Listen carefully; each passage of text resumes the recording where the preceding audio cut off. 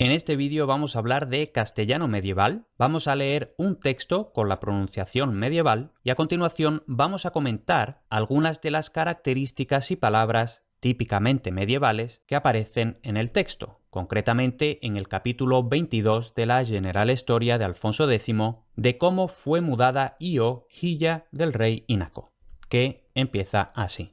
El rey Júpiter tan sabio era que también en las cosas yogosas como en las otras de grandes hechos, escogié por el so gran saber de las estrellas las cosas que habían de venir, también en lo uno como en lo al. Esto sobre todo en las cosas que los unos de sus dioses de los gentiles habían de hacer o hacien a otros. Y Júpiter sintió dantes la venida de la reina Juno, su mujer. Ante que ella hubiese ver, mudó él por sus encantamientos y su saber a Io en noviella, que semellase vaca egípzola muy hermosa. Y Juno, cuando llegó y la halló con aquella noviella el avío tan hermosa, sospechó y nemiga más que al, maguer que el pesó mucho con ella, comenzóyela de alabar, dicho, «Oh, qué gran noviella, qué hermosa!» Así como si non sopiese ella de la verdad como conteciera, preguntól que cuya era aquella noviella dónde, de cuáles vacas. Júpiter, porque non entrase Juno más a las preguntas de la verdad, nin demandase quién la hiciera, nin sopiese de más, díxol que aquella noviella allí se naciera de la tierra. La reina Juno, por probar a Júpiter en el hecho que se ella entendía bien, como era de esa y muy sabia, pidióyela que ella la diese como por don. Allí fue Júpiter en gran angostura. De la una parte era cruel cosa de negar sus amores de la cosa que mucho amaba. De la otra parte, habría y sospecha en non ye la dar. La vergüenza de la reina de bien estanza ye la mandaba dar. El amor lo vedaba. Venciera el amor a la vergüenza, si non porque si una vaca, que era tan pequeño don, non fuese dada a la reina su hermana y mujer, non semellaría que era vaca, sino una gran cosa que non podría ser asmada nin puesta en precio, o voyela a dar. La reina, según cuenta Ovidio, maguer que el fue dada la complueza, no perdió ella por eso luego todo el miedo de los celos, ca se temía de Júpiter, que maguer que ella la daba, que ella la furtaría. Ahora diremos de cómo hizo a ello. A lo largo del texto, en las 4 diapositivas, he puesto bastantes cosas en negrita, todas ellas y realmente más merecen un comentario, pero aquí he tenido que hacer una pequeña selección.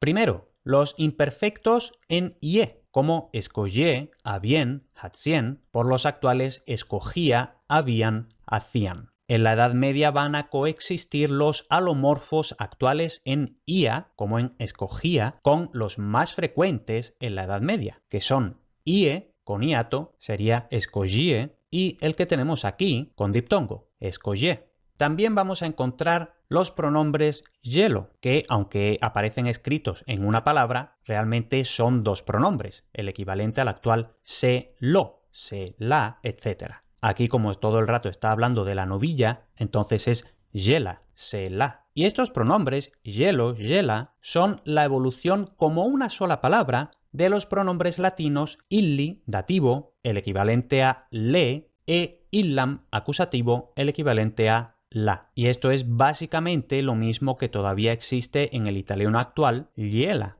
Relacionada con la diapositiva anterior tenemos la acentuación etimológica de algunas palabras. Es decir, se mantiene el acento en la vocal que tocaba el latín, antes de que el hiato se transformara en diptongo. Entonces tenemos reina, actualmente decimos reina, y bio en lugar de bio. Eso es porque todavía se mantiene el acento donde correspondía el latín antes de que se perdiera la consonante. Entonces de regina, reina, bio, por una forma, vamos a decir vulgar, vido. Luego, una partícula, el partitivo ende, que es la misma palabra que todavía se usa hoy en por ende, cuando quiere decir por consiguiente. En la Edad Media tenía también otros significados, pero aquí aparece con el significado partitivo de ello. Esto en español actual ya no existe, pero sigue existiendo en el italiano ne y en francés y catalán en. Entonces, por ejemplo, cuando dice non sopiese ella de la verdad, podríamos actualizarlo como no supiese ella la verdad de ello. Entonces vemos que el italiano, el francés y el catalán lo conservan, en estas lenguas está bastante más evolucionado, mientras que el castellano ende permite ver de forma bastante clara la etimología desde el latín inde, que significa literalmente de ahí. Y por cierto, no hemos terminado el vídeo, pero un brevísimo anuncio. Estoy preparando algo. Todavía no puedo decir qué es, pero sí puedo decir que no es un curso. Lo voy a anunciar en los próximos meses, así que para no perdértelo, apúntate a mi boletín, que además vas a divertirte y aprender mucho. pacus.es/boletín. Ese es el breve anuncio, continuamos. Aparece también el interrogativo cuyo, lo vemos ahí con su tilde. Dice, preguntó que cuya era aquella noviella. Este cuyo interrogativo equivale a de quién, es decir, le preguntó que de quién era aquella novilla. Y podía aparecer en esta estructura cuya era aquella novilla o cuya novilla era aquella. También habréis visto que aparecen todo el rato los enclíticos apocopados, es decir, estos pronombres que aparecen pegados por detrás de una palabra, normalmente el verbo, pero ya vemos que no solo. Y esos pronombres pegados, enclíticos, muy frecuentemente en la Edad Media van a perder la vocal. Muy especialmente cuando el pronombre es le, pero también hay casos de lo y la. Entonces, cuando dice il, eso quiere decir ile, quel, que le, preguntol, preguntóle, díxol, díxole. Luego tenemos también el pluscuamperfecto etimológico. Cuando dice aquella noviella allí se naciera, tenemos ese naciera, que actualmente es imperfecto de subjuntivo, pero que en la Edad Media es pluscuamperfecto de indicativo porque era pluscuamperfecto de indicativo en latín. Es decir, aquella novilla allí había nacido. Este uso de naciera como pluscuamperfecto todavía aparece de vez en cuando en español, pero principalmente español novelesco, periodístico, aunque por otra parte sigue siendo así en gallego y portugués. Luego también aparece frecuentemente, porque estamos todo el rato hablando de la novilla, los diminutivos en iello, es decir, la noviella. Y esto, que suena bastante a castellano medieval, con ese diptongo ie, realmente es lo normal, realmente es lo que esperábamos. La forma actual illo es lo raro. Entonces, en la Edad Media, muy frecuentemente vamos a tener la forma que corresponde con el diptongo, aunque ya empieza a haber casos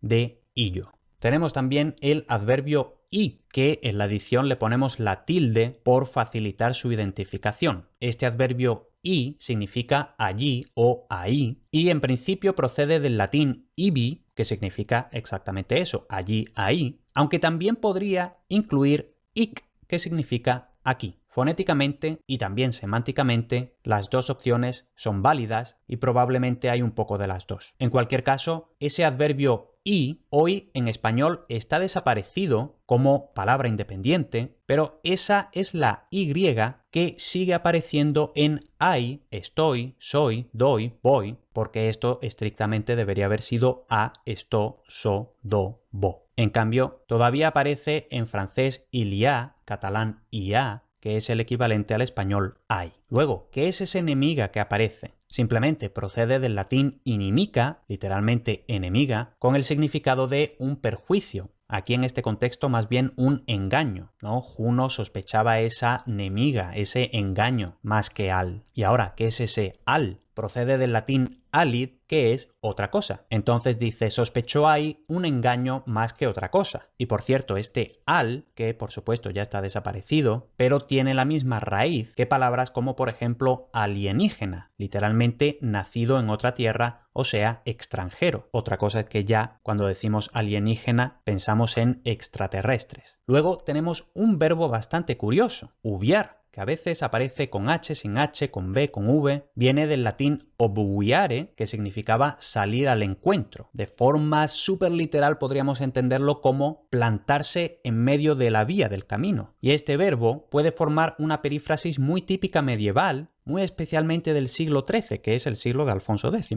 que equivale al actual llegar a o conseguir o lograr. Entonces, cuando dice que Júpiter transformó a Io antes de que Juno llegase a verla o antes de que consiguiera verla, lograra verla. Entonces tenemos este verbo ubiar muy curioso y bastante restringido en el tiempo, principalmente siglo XIII. Y por último, asmar. Dice, non podría ser asmada impuesta en prezio. ¿Qué significa este verbo asmar? Viene del latín vulgar adaestimare, literalmente estimar el valor de una cosa. ¿no? Entonces vemos que aquí básicamente se repite un poco. Dice, no podría ser estimada en cuanto a su valor ni se le podía poner un precio. Ahora bien, quizá no es tan redundante, quizá el escritor, y esto estoy yo medio inventándomelo, pero podría haber utilizado este verbo de forma intencionada, porque también aparece algunas veces con el significado de planear una treta, como la treta que estaba llevando a cabo Júpiter. Y con eso ya terminamos este breve comentario. Recuerdo, estoy preparando algo relacionado con todo esto, entonces si os ha gustado, si os ha interesado este vídeo de castellano medieval, apuntaos a mi boletín pacus.es/boletín y ahí seréis los primeros en saber qué es y cuándo estará disponible.